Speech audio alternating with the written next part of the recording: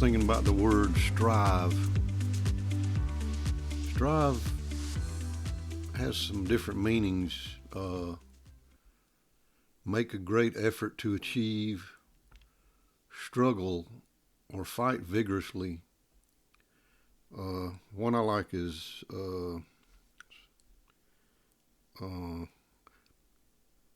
make an effort, or what was that one I was looking at? Make every effort. I think that's a good one. There's words like endeavor, contend, attempt, try, rival, vie.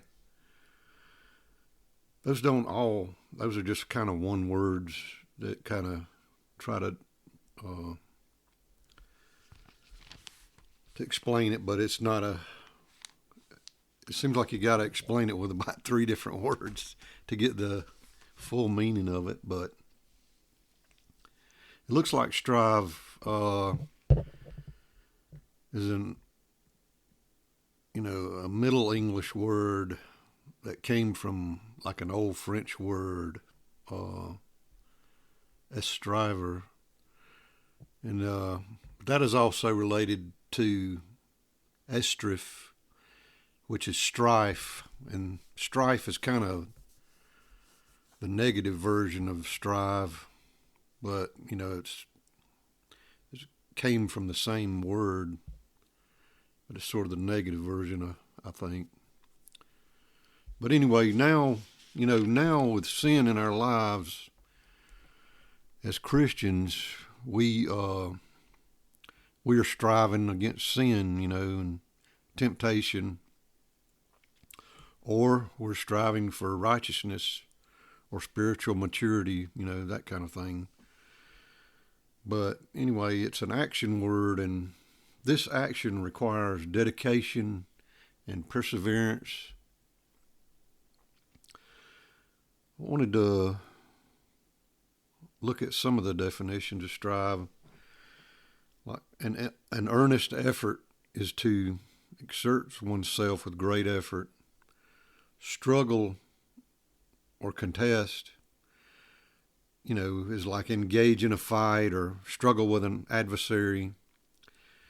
But you can also, there's persevere, working intensely with persistence and determination, and that's kind of over time, Spiritual pursuit is like a fervent, active commitment to live in God's will. This was one of the reasons that got me thinking about it. But I wanted to look at some examples in the Bible. So I'm going to read Genesis 32,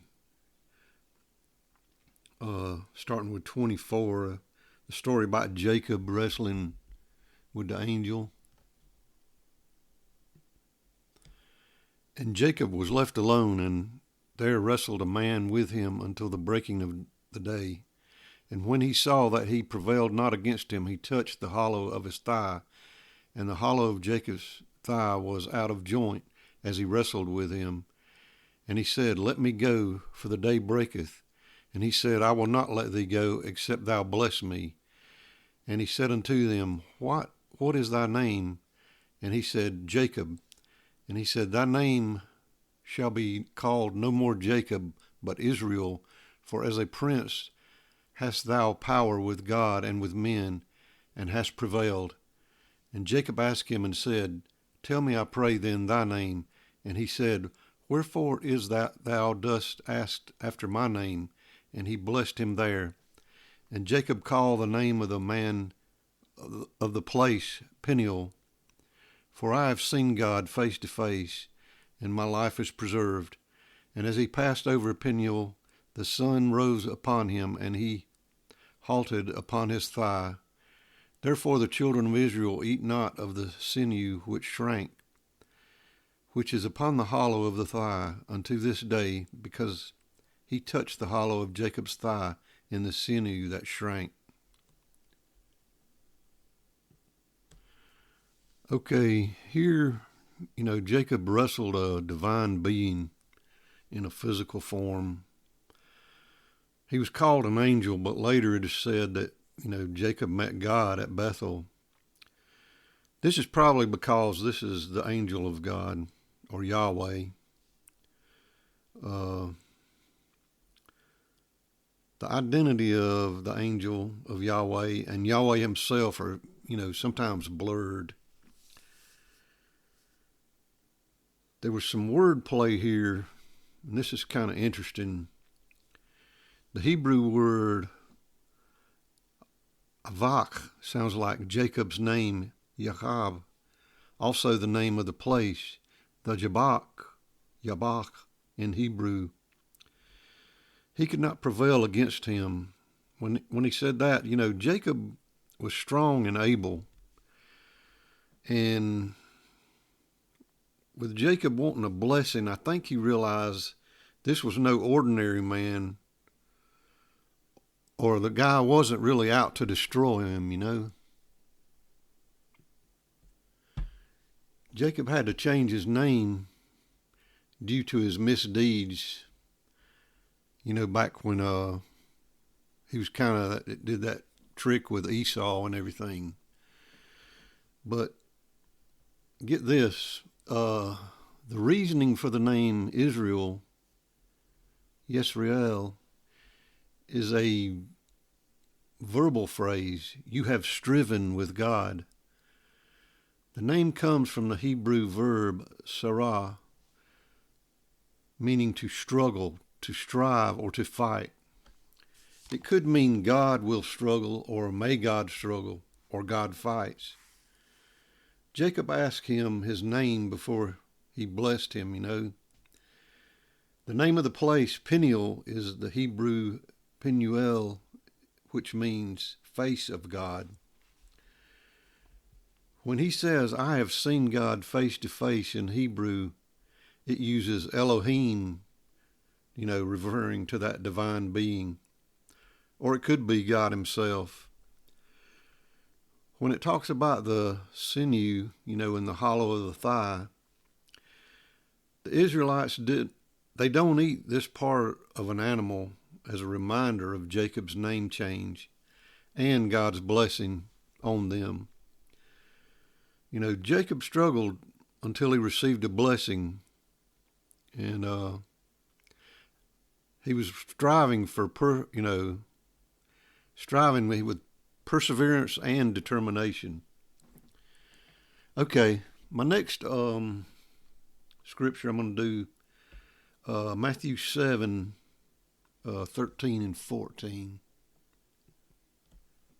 Enter ye in at the strait gate, for wide is the gate, and broad is the way that leadeth to destruction, and many there be which go in thereat. Because strait is the gate, and narrow is the way which leadeth unto life, and few there be that find it. Well, I know you remember this one. Jesus was instructing his followers, to strive, make every effort to enter through the narrow door, emphasizing the dedication, that you need to get there. And, there's two options, but that easy way leads to destruction. Okay, the next one I'm going to read is 1 Corinthians 9, 24 and 25. Know ye not that they which run in a race run all, but one receiveth the prize? So run that ye may obtain. And every man that striveth for the mastery is temperate in all things. Now they do it to obtain a corruptible crown, but we an incorruptible. Okay, Paul, here he was using an analogy of a race to describe Christian life, kind of as a disciplined, self-controlled journey with perseverance, with, an eternal reward from God. which was better than the perishable rewards that, the athletes won in their games back then. And that's kind of the thing he was saying there. Okay. Next one I'm going to do is 2 Timothy 2:5. And if a man also strive for masteries, yet he is not crowned, except he strive lawfully. Okay, here again, Paul was instructing Timothy, with instructions for kind of effective ministry. But to complete that race, you should maintain spiritual stamina and not get disqualified, is kind of what he was saying. Here again, Paul's talking about the race, But that was my positive strive examples. But striving, can also be describing negative conflicts as well. I'm going to read Proverbs 3:30.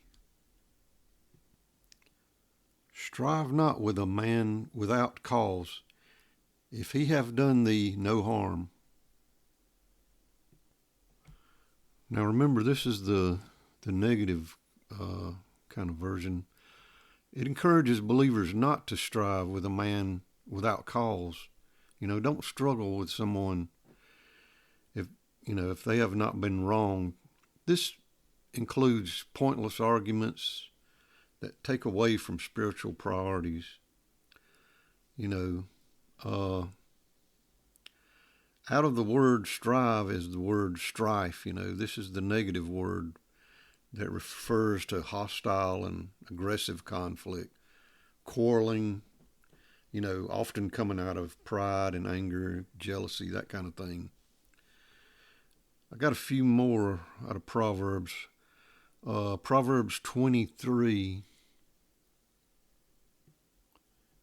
It is an honor for a man to cease from strife, but every fool will be meddling. Okay, that's pretty plain.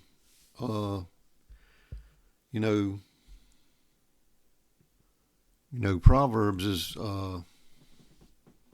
like words of wisdom and stuff, so that one's pretty plain. The other one I wanted to do was Proverbs 22:10. Cast out the scorner, and contention shall go out. Yea, strife and reproach shall cease.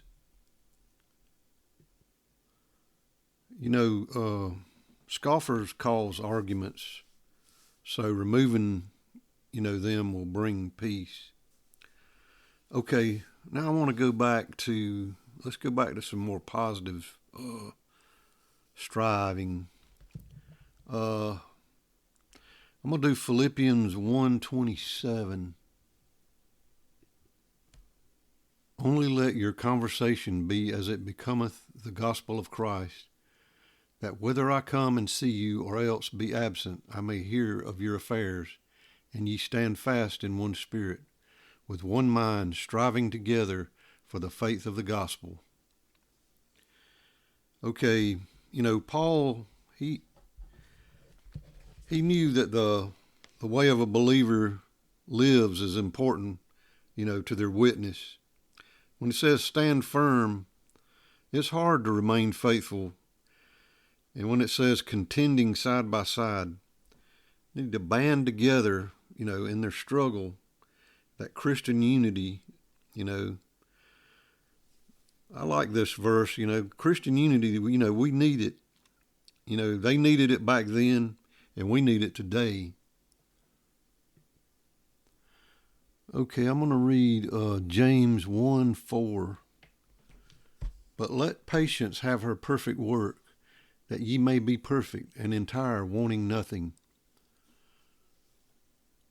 Striving for spiritual excellence, you pursue growth and holiness without giving up, James is saying believers should have joy, because trials are a path to Christian maturity.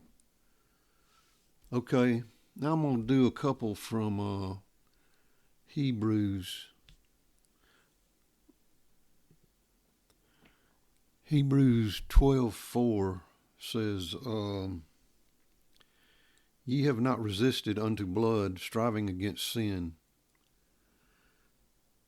The author of Hebrews was saying that, the struggle of sin, kind of like the sin is like an opponent, that you're struggling against, But when he says unto blood, that could possibly mean, if Jesus could endure a shameful death, the bearers should be able to endure a lesser persecution, but we really don't know if that's what he was saying. Unto blood just could mean, taking that opponent on until, there was blood, I'm not really sure. I'm going to do Hebrews 12:14. Follow peace with all men and holiness, without which no man shall see the Lord. Our holiness comes from Christ's sacrifice. Holiness and peace is the way to see him, and that is our hope. Well, as believers and disciples, let's try to, strive against sin, temptation, that kind of thing. Strive for righteousness, spiritual maturity. I know, that's why I started looking at this spiritual pursuit, that fervent, active commitment, trying to live God's will, that kind of thing. But let's strive for those positive things, and not really in the negative ways, like struggling against people and, arguing, that kind of thing. But that striving, we got to just keep doing it to, it's an endurance kind of thing too. We got to keep striving as Christians. Okay, guys, until next time.